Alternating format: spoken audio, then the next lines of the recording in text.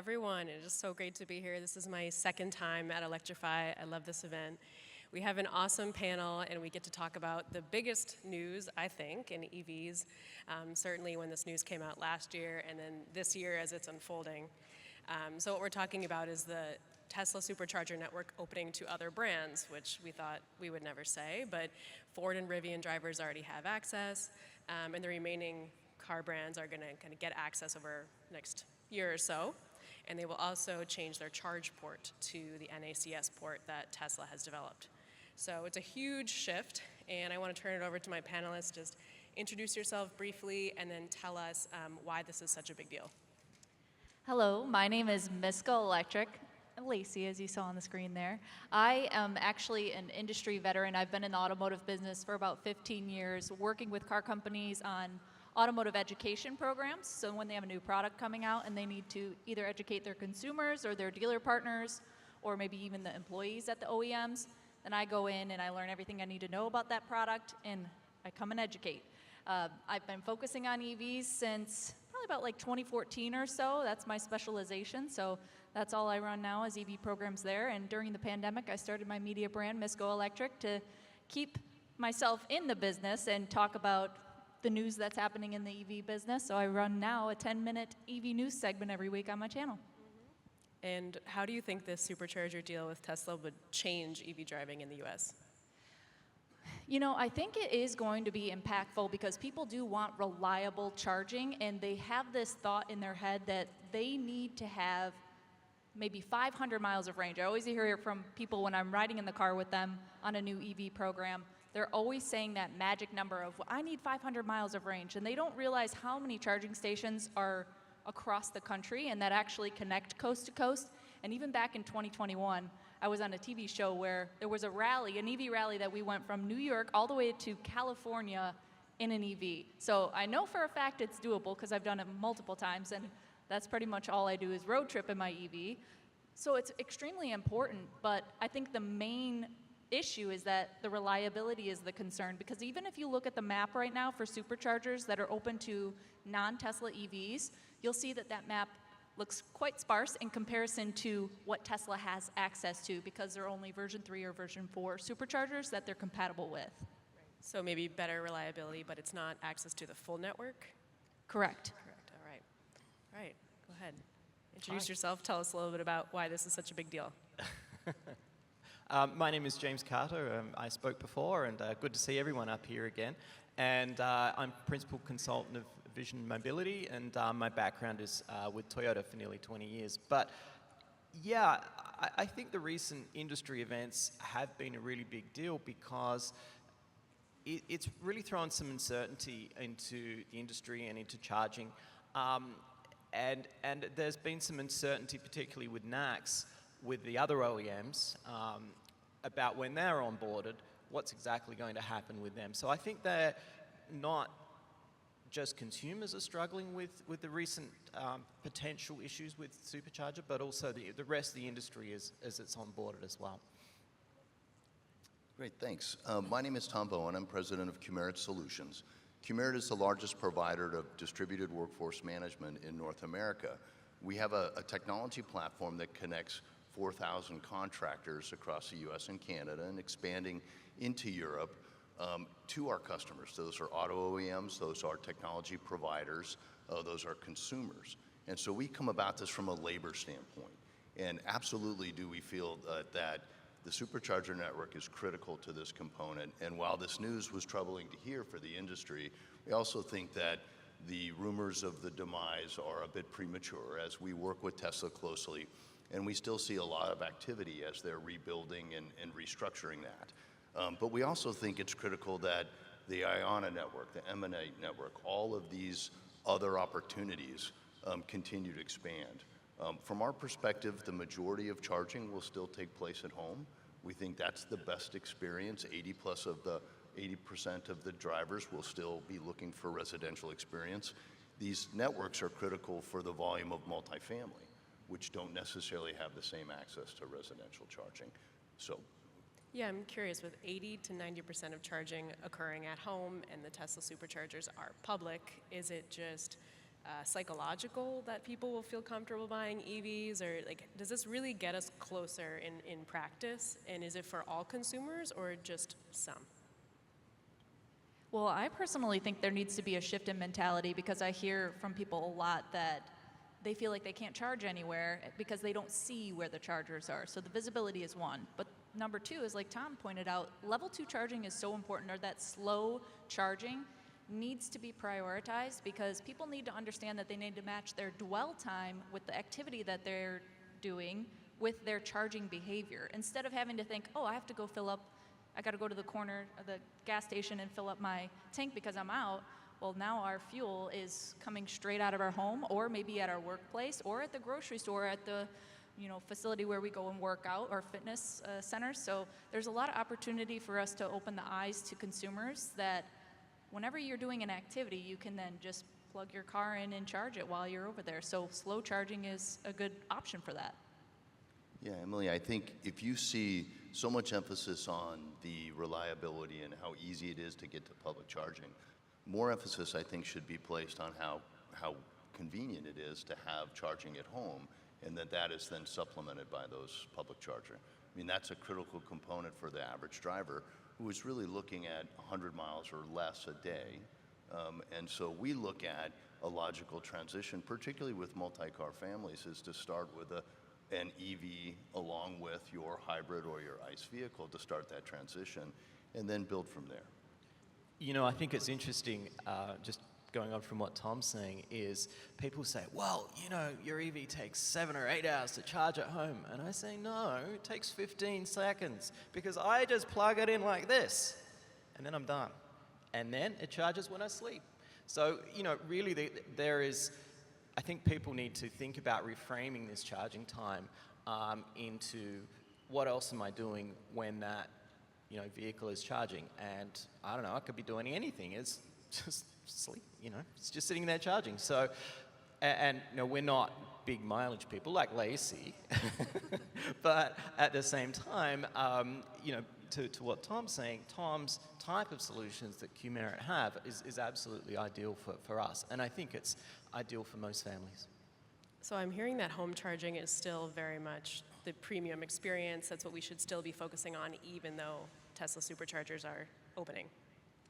Yeah, and I think that there's still a barrier in people's mind because they have to spend the money in order to get it installed at their house. But there's a lot of incentives, whether it's from your utility company, there's a federal incentive for you to get the installation, and there's also incentives from the federal government for fleet and businesses for up to $100,000 to get EV chargers installed. So I think people need to be more aware of those types of programs so that they can not feel as much pressure about how much it's going to cost them to get the installation. In some cases, the wire has to be, really far from where they park their vehicle, so it might cost a little bit more in that regard, but these incentive programs can either eliminate or really drastically reduce the costs for the customer.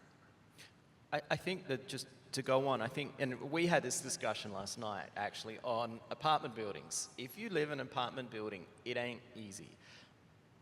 That said, things are being slowly worked through, and I think if we go back to our discussion about superchargers, I think there are some people out there that do need to rely on fast charging who do live in that circumstance.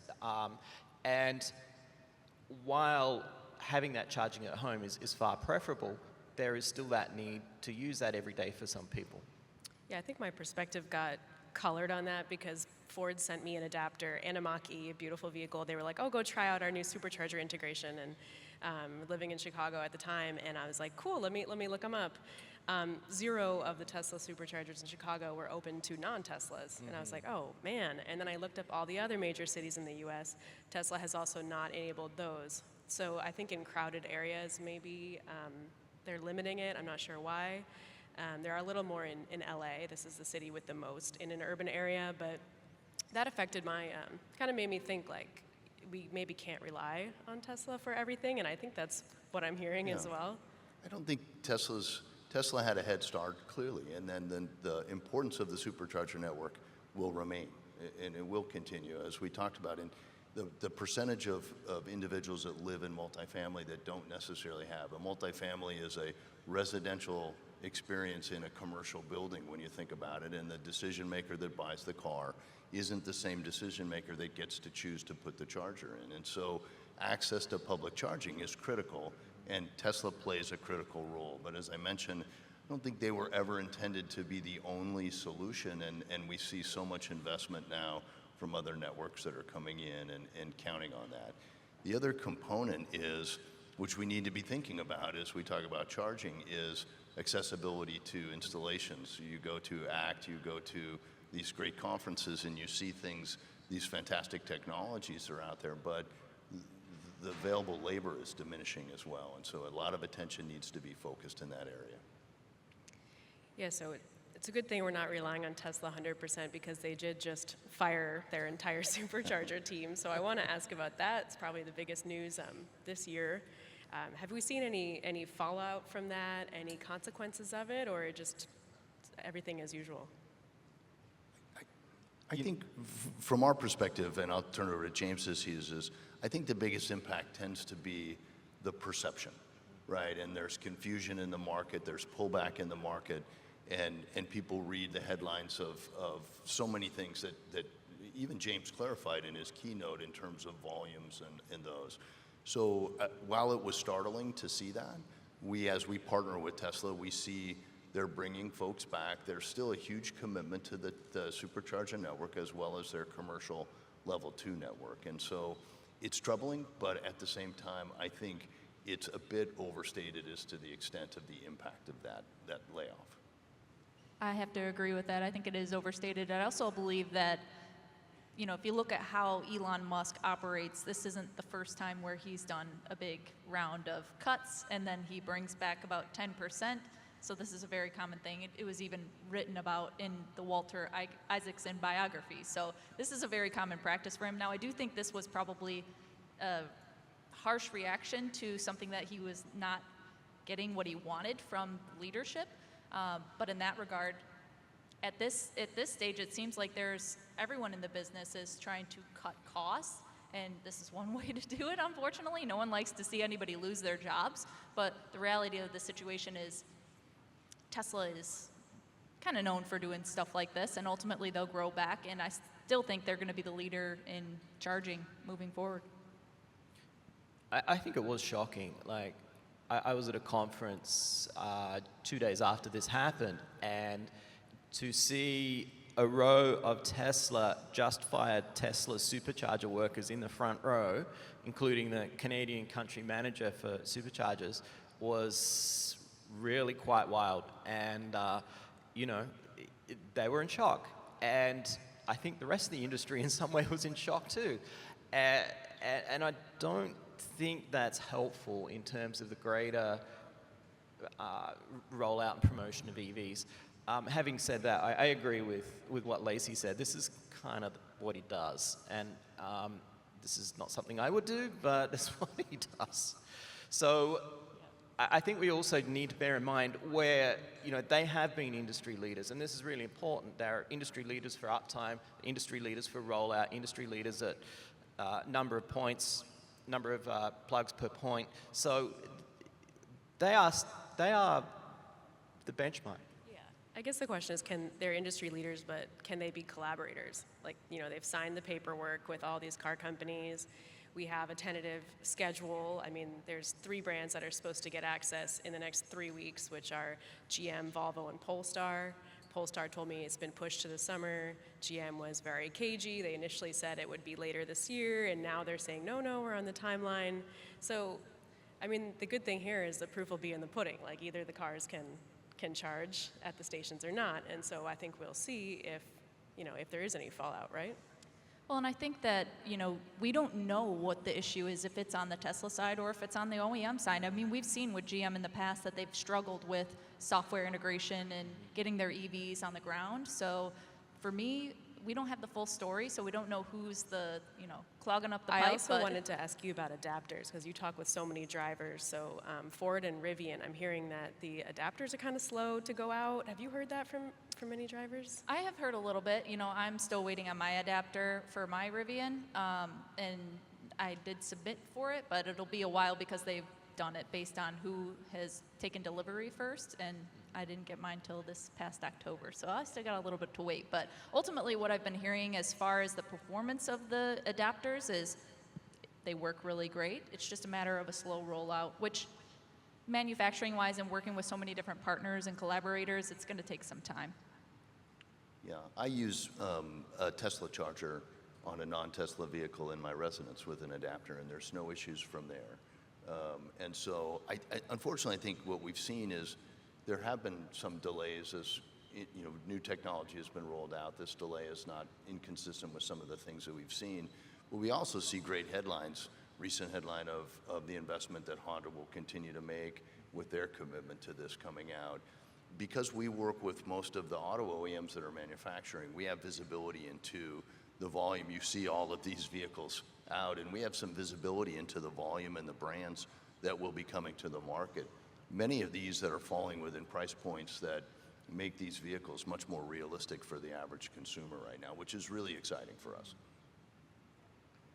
Agreed, that is exciting. So what are you going to be looking for as the year progresses in terms of this deal, like how it unfolds? What do you expect? Is there anything you're concerned about? I think that it's a very good thing that people are now getting access to the Tesla Supercharger network, and most OEMs have agreed to come on. And I think ultimately it's going to be very impactful once we move towards having more of the National Electric Vehicle Infrastructure Program implemented. Now, we only have, I think it's like 8 stations at this point, locations where there are NEVI stations that are installed, but that proliferation over the years is going to be important because Tesla is one of the main winners of the bids across the whole country to install new stations. And the fact that they continue to want to increase their reliability, even though they're sitting at 99.95%, is pretty impressive. And I think it's kudos to the team that's been working hard. I mean, I think it's something like 5 million people was a recent statistic from Tesla. It's probably more than that, applied to work at Tesla. So I'm not worried about their workforce because it's a very desirable place to work, and I know those people will get the job done. They're very mission oriented. Here's the question though, do you think people will still see Tesla as a desirable place to work? Given, what we've seen, is that, and I know we've seen layoffs from Rivian and Lucid, but, absolutely Tesla's had that history, but, I mean, we're already seeing people come back from the layoffs. They're coming back to the brand because they know that they can make a difference. Mm-hmm. And how many brands are promising that at this stage? Mm-hmm. No, you're right. Yeah, I think, James, that's a great question because we see that all the time. Companies make changes like this all the time. New technologies, Apple, Microsoft, et cetera, they're all desirable places to work, but they have these type of actions. I think the visibility of this action and the irony of the commitment to the Tesla Supercharger network caught people a little bit off guard, but at the same time, I still see that this will continue to drive, and I feel very strongly that this was never intended to be the end solution for these drivers. It was a commitment of all of these networks and residential charging. And I also think it's important to note that those people, even if they are laid off and they don't get rehired, I mean, look at the strength of the workforce that is available for everybody else to, pick up and get those workers in their companies. We're seeing that now. The Tesla folks hired back into some of the competitive markets. You're proliferating that talent and that skill set in the marketplace, and that might end up being good for everybody. I agree. Certainly anyone else I had ever interacted with at Tesla, very, very good. I mean, the question is how much work is it for them to enable new brands to use the network, right? We don't know. They haven't really said how many people they need. I guess they had 500, now they have 10, whoever they were able to get back. I know it's a software update. Are they going to pull an engineer from some other team and just say, turn it on and hope there's no fallout? I mean, does anyone have a sense of who's needed to make this happen? Who's still there? At Tesla, did they need all those people they fired or not? That's the question. I think there's critical roles that are coming back into the organization, and there's also parallel business units that have leadership that can fill those gaps. And I think that's what we've seen is that there's some spread of the leadership roles, but critical components. There's a period where there was a sort of a dark period for a week, and customers were wondering what was going to happen. Partners like us and other Tesla partners were trying to fill the gap for those and answer questions in the midst of installs. And I think we're seeing that personnel come back. So that blip will seem like a blip when we look back on it from that standpoint. And I think the concern around the supercharger network will also seem a bit like a blip when we look back at this over time. I think that's right. You know, certainly some of in that week after it all happened, it was really weird. You know, even from industry organizations like Charin was saying, we don't know what's going on. And these are the guys that are helping this transition from, you know, CCS1 to NACS. And, you know, other OEMs who needed the supercharger data in their app for their drivers, we don't know what's going on. So hopefully that's started to come back, but you know, I think more news at 11, right? So. The reality of the situation is that there wasn't as much as far as innovation happening at Tesla as far as the charging went. I mean, they have developed V4 anyways. That hardware is planned out and everything like that. It's mainly installation at this point. I mean, there's, of course, in the charging division, we heard Tesla, maybe it was a couple of years ago now, that they bought a wireless induction charging company to be able to implement that in the future. But again, they bought a company in order to achieve the goals, and we haven't seen the execution of it yet. But is there a lot of development happening? I don't know if there's the need for that many people for developing charging. All right, well, we'll see. We'll see how it goes. Thank you so much.